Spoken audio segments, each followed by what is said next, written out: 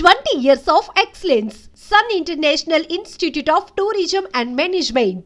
ఇప్పుడు మన ఊరి పాండవులు అలాంటి సినిమాలు కొన్ని బ్లాక్ బస్టర్ మూవీస్ అసలు మీరేంటి అనేది చూపించినటువంటి సినిమాలు ఏమైనా ఇప్పుడు రిలీజ్ అవుతే బాగుండేది ఈ మధ్య కాలంలో రిలీజ్ కాన్సెప్ట్ రిలీజ్ అయ్యో వన్స్ అయిపోయింది. కొత్త కొత్త కథలు వస్తున్నాయి, ఇంకా ఈ చూడరు. ఆ మనుషులు లేరు, అంత ఓపికలు ఇప్పుడు ఎవరికి లేవు. మేము మనోహర్ పాండవులు కావ్యం అనుకునేవాడు, సినిమా కాదు కావ్యం. అసలు ఒక్కొక్క పాట కృష్ణరాజు గారి ఇంట్రడక్షన్ కానీ అది చూస్తుంటే అది ఎక్కడికో ఉండేది ఆ సినిమా అప్పుడు. ఇప్పుడు అదే సినిమా మేము చూసినప్పుడు అంత ఫీల్ అవ్వట్లా. ఇంకెందుకు అని ఇంకో టైపు మన కళ్ళకి అలవాటు పడిపోయాం. ఇంకొక ఏదో ఫైట్లో ఇంకో సాంగ్స్ వల్ల ఇంకోటి దేనివల్ల మన బ్రెయిన్ మారిపోయింది. ఇంకా అవి మళ్ళీ చూసి అంత ఓపిక ఎవరికి లేవు. మళ్ళీ రిలీజ్ అన్నది వేస్ట్ నా ఉద్దేశం. పబ్లిసిటీ ఖర్చు పెట్టి డబ్బులు ఖర్చు పెట్టి మళ్ళీ చేసుకోవడం తప్ప. మీ కాలంలో కాంటెంపరీస్గా ఉన్న వాళ్ళు చాలామంది అటు సినిమాతో పాటుగా ఇటు పాలిటిక్స్లోకి ఎంటర్ అయ్యారు. చాలా ఎంపీలు అయ్యారు, కేంద్ర మంత్రులు అయ్యారు, పార్టీలు పెట్టారు, ఇవన్నీ అయ్యాయి. వెరీ రీసెంట్గా పద్మ అవార్డ్స్ ఇవన్నీ వస్తున్నప్పుడు కూడా వాళ్ళని కేంద్ర ప్రభుత్వాలు గుర్తించడాలు ఇవన్నీ చూస్తున్నప్పుడు అప్పుడు కూడా ఒక్కటి అనుకునేవాడినమ్మా, సినిమా ఆర్టిస్టులకి రాజకీయాలు అనవసరం అన్నది నా ఉద్దేశం. ఎందుకంటే ఇక్కడ ఒక 100 మంది మనకు నమస్కారం పెడుతుంటారు. పొద్దున్న లేచి దగ్గర నుంచి good morning, good evening, good night, నమస్తే అయ్యా, అయ్యా, ఇలాగ బాబు అని ఇలాగ మనల్ని చాలా ఒక దేవతలా చూసేవాడు ఆర్టిస్టుని. రాజకీయాల్లోకి వెళితే వీడు ప్రజలు చూడాలి, అలాగా ఈ బ్రెయిన్ సెట్ అవ్వదు, ట్రాన్స్ఫార్మ్ అవ్వలేదు. ఎవరికో రేర్. నేను ఆల్మోస్ట్ పాత వాళ్ళందరికీ మళ్ళీ సెకండ్ టైం ఎందుకు సక్సెస్ అవ్వలేదంటే ఇదే మెయిన్ కారణం. వీళ్ళకి 190 ఆలోచనలు. ఈ ప్రపంచమే పెద్దది, సినిమా ప్రపంచం పెద్దది, రాజకీయాలు ఇంకంతకన్నా పెద్దది. ప్లస్ ఇక్కడ మోసం అనేది లేదు. అక్కడ పక్కన వాడు ఏం చేస్తాడన్నది తెలియదు. ఎందుకంటే మా తమ్ముడు కౌన్సిలర్కి నిలబడ్డాడు, అది చూశాను నేను. వాళ్ళు మాకేం చెప్పేవాళ్ళు అంటే మీకే ఓట్లన్నీ వేస్తున్నారు అంటే నాకెందుకో తేడా కొట్టేది. ఎవరే కాదురా ఏదో తేడా ఉందిరా, సంథింగ్ ఏదో జరుగుతుంది అంటే లేదయ్యా ఇక్కడ అలాంటివి ఉండవు. వాళ్ళు అవన్నీ కూడా దొంగొట్టేసారు. అవతలవాడు గెలిచాడు. ఏరా నేను చెప్తున్నాను కదరా చూసావంటే మన పక్కనే ఉన్నాడు కదా, మనకేం చెప్తున్నాడు కదా ఎవడు. అవతలవాడు మొత్తం ఏం చేస్తున్నాడు వాడు తీసుకెళ్ళి మన ఎదురుగానే, మన కళ్ళ ఎదురుగానే. అంత మహానట్లు ఉంటారు అక్కడ. Councillor after all councillor. ఇంకా ఎంపీ ఎమ్మెల్యే ఎన్ని వెన్నుపోట్లు ఉంటాయి అక్కడ, ఎంతమందిని మేనేజ్ చేస్తూ ముందుకెళ్ళాలి. మొత్తం ఒకటి మనుషుల్లోనే. ఇప్పుడు రామారావు గారు వచ్చిన టైంలో నా తెలిసిన ఫ్రెండ్స్ ఒక్కొక్కడు 40 ఓట్లు 50 ఓట్లు వేశారట. అంటే ప్రభుత్వ ఉద్యోగులు కానీ పోలీసులు కానీ అందరూ కూడా ఆయన రావాలని కోరుకున్నారు. అందుకని పోలీసులు పక్కకి వెళ్ళిపోయేవాడు, ప్రభుత్వ ఉద్యోగులు పక్కకి వెళ్ళి ఆ సీట్ బొక్కిచ్చేసి పక్కకి వెళ్ళిపోయేవాడు. ఒక్కోడు 40-50 ఓట్లు గుద్ది పడేసేవాడు అభిమానంతో. అంత ప్రేమగా ఎక్కడుంది ఇప్పుడు? మారిపోయాయన్నీ. ప్రతి ఒక్కరు కోట్లు ఖర్చు పెట్టాల్సిందేగా.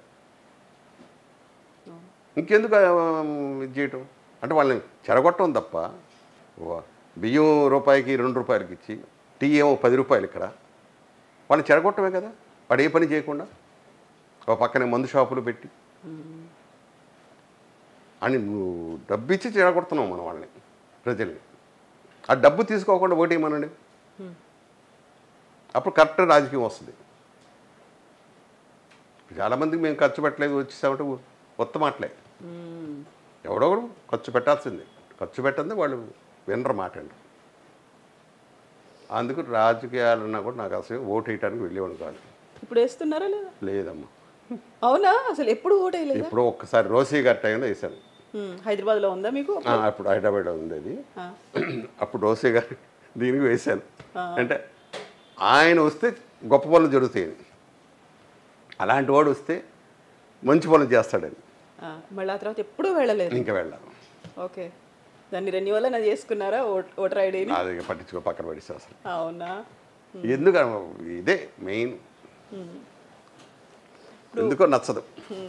ప్రసాద్ బాబు గారు ఫిల్మ్ ఇండస్ట్రీలోకి వచ్చిన కొత్తలో కొంచెం ఆయన గర్విష్టి అనుకున్నారు, లేకపోతే ఆయన కొంచెం తలపొగరు ఎక్కువ ఇలాంటివి అనుకున్నారు, అవకాశాలు కొంచెం తగ్గాయి. దీంతో పాటుగా మీకున్నటువంటి పేరు ప్రసాద్ బాబు అనేటువంటి పేరు కూడా అప్పటికే ఎల్వి ప్రసాద్ గారికి ఉంది, మీరు ఉన్నారు, నూతన్ ప్రసాద్ గారు ఉన్నారు, ఆహుతి ప్రసాద్, ఇలాంటివన్నీ బోల్డని ప్రసాదులు అయితే తెలుగులో కనిపించాయి కదా. అలా కూడా ఈ పేరుతో పోయిన సినిమాలు కూడా ఉన్నాయా? పేరుతో కాగా ఫస్ట్ నాది ఒరిజినల్ పేరు బాబు ప్రసాద్ అమ్మ, బాబు రాజేంద్ర ప్రసాద్. అసలు నేను రాజేంద్ర తీసేసి బాబు ప్రసాద్ పెట్టుకున్నాను. ప్రసాద్ బాబు అయింది తర్వాత. ఆ తర్వాత ఏంటంటే గీతా సినిమా వచ్చిన తర్వాత అందరూ ఒక 3-4 సినిమాలు గీతా ప్రసాద్ వేశారు.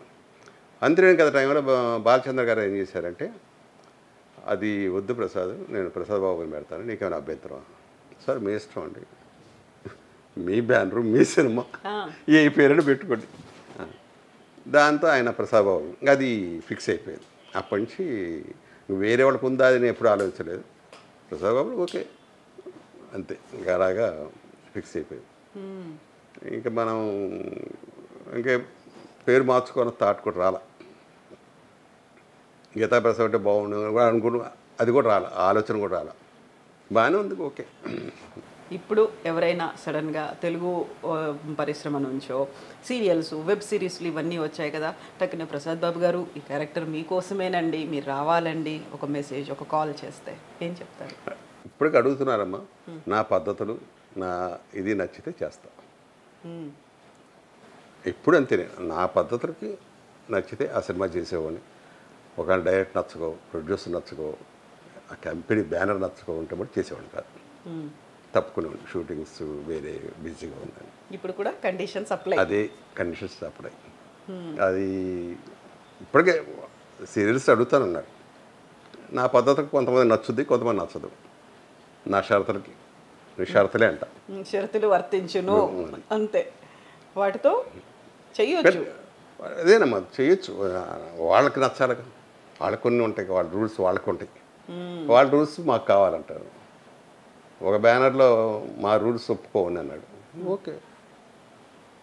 నా రూల్స్కి వాళ్ళు వచ్చారు తర్వాత, అంతే కరెక్ట్గా ఉన్నా. బట్ ఆ ఒక్కరోజే ఉంటా, రెండో రోజు చూసి చూడట్టు పోతుంటాం అంతే.